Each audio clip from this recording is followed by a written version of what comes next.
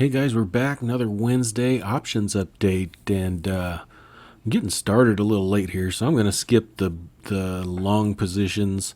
I'll update those next week. There's really not a whole lot there. I think I might have closed a put or something like that in one of them. But other than that, I just want to get this update done, and I also want to let you guys know my strategy for the next month or so. You know, there's some things going on in the country that might, I don't know, put some pressure on the market. You got this week, you have the possibility of a government shutdown. Why that would cause the market to, you know what, I probably shouldn't even say. Government shutdown possibly this week. And then in October, they are dealing with the debt ceiling. So could be a tumultuous month coming up. And am I done for the month? September's almost up, only a couple more days. I could be pretty much done for the month. So you'll see kind of my positioning here as we go through. So when I do these updates, I go from the Wednesday the week prior to Tuesday of close. Okay, so that covers 5 trading days. And I show you guys what I opened up. And so from the 22nd through the 28th, this is what I opened up. 5 positions. Lumber liquidators. I screwed this up. I opened this up at a strike price of 18 with an expiration date of November 5th. Didn't realize, or I didn't check, one of my rules that I just broke when earnings was, because you guys know I don't play earnings. I will play earnings on some stocks if I can get safe enough, and I trust the chart and all that stuff. Lumber liquidators does not fall into that category. So on the 23rd, I sold 2 puts at a 18 strike, and I received, let me hide these fees. You guys can screenshot the fees, but it always confuses me, and I really don't think fees are too relevant. Anyway, I got 80 cents and sold 2 contracts for that. And I already closed it. I closed it for 75 cents, made $10 in 5 days. I don't want to play earnings on a stock such as lumber liquidators. I'd probably play it for a bigger stock if I can, like I said, if the chart was good enough and the stock was good enough. On the 24th, I opened up 4 positions. Art K, I got a 95 strike and collected $1.13 for 1 contract. I opened up GDXJ, that's the gold miners, junior gold miners. Did a 35 strike, sold 2 contracts for that at 50 cents a piece. Lemonade, sold a 55 strike, 1 contract, collected $1.10 for that one. And a new weird one for me, like I always do, Tapestry, 35 strike, 60 cents premium, and only 1 contract. That's all I put on, guys. But what I did do, we'll go ahead and look at the premium closed. And that there was pretty busy. So we'll go from the 22nd on. I closed my Seagate Strangle, the put side of it. I already had closed the call side of it last week. Closed that for 25 cents for a profit of $27 in 27 days. Oxy, 2 contracts, closed that for 35 cents, made $60.87 in 2 days on that one. Tilray, closed 2 contracts there at 52 cents, made $18.87.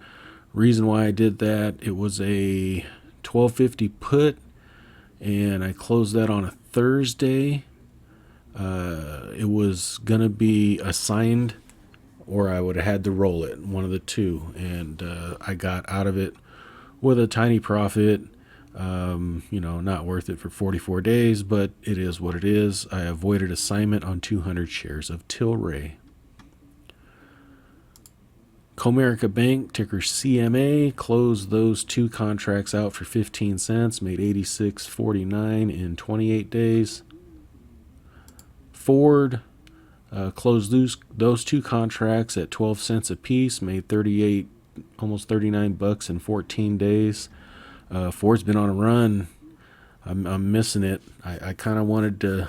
I was kind of hoping that I'd get assigned these shares, to be honest with you, but it didn't happen. Ford, I got to tell you what, Ford, watch out for Ford in the next year. They're probably going to kill it in the EV market, especially. XOP closed one contract there for 35 cents, made $78 in 3 days there. Wish, this was a covered call that expired worthless, so locked in $30 of gain there, 30 days. JetBlue, the airlines, closed out two contracts there for 11 cents a piece. That was almost 59 bucks in profit in 24 days. SoFi closed out one contract for 13 cents, made 38 bucks in 16 days. Trade Desk, that was one that a viewer actually turned me on to. Got out of that one for 24 cents, made 34.70 in 25 days.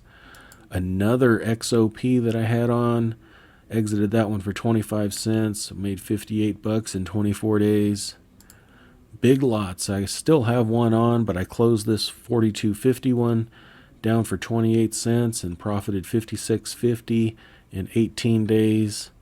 Winnebagos, these were today's trades. I closed Winnebago 20 cents, made 69 bucks in 36 days. I think it's Performance Food Group. Closed this one down for 20 cents, made 33 bucks in 29 days. And Camping World, closed those two contracts down for 25 cents a piece, made 80 bucks in 20 days. Tupperware, wanted to get out of the way of Tupperware too. Closed that one down for 30 cents and made $24 in 20 days. And then there's that Lumber Liquidators that I opened and closed in that same week. Wait, is that right? Yeah. Two of those, 75 cents. 23rd. Yeah, that's what I did. Okay. So, bunch of closing, not a whole lot of opening. So, let's go ahead and take a look at the premium cooking and maintenance margin used. So as you can see, closed down 17 positions for a total profit of $807.11 in those 5 days. Only opened 5, one of which was already closed. That's included up here for $461.15. So only got $2,307 of premium cooking, and that's mostly out, mostly in October. A little bit in November and December.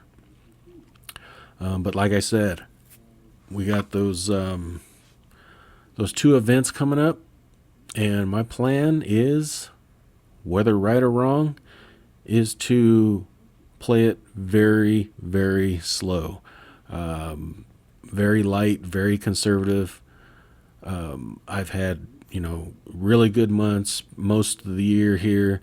And I'm not going to chase this market. I'll put on some things. I may look at putting on some spreads to define the risk and give me some protection on the downside. Might play the call side. I don't know. But I do know that I'm going to be extra cautious in this next month. I'm usually pretty cautious anyway, but I think I'm going to play it a little bit more cautiously. Just to see where we go here, because these two events, now I'll put some stuff on if we have some down moves, but I'm going to wait for confirmation. I guess that's the best way to say. If the government shuts down and the market reacts, I'll wait for confirmation. I'm not going to play the what if. And then into October with the budget debt ceiling thing, I'm just going to wait that out and see. I'm going to look at the news and see how things go. But I don't want to get caught in a big downward market. I got quite a few positions on still with this 2300, and some of them I might have to manage. So am I done for the month? I don't know. I might actually take some more stuff off if the opportunity presents itself. But I don't anticipate me putting on anything until possibly Friday. But, we'll see. So what's the maintenance and buying power looking like right now?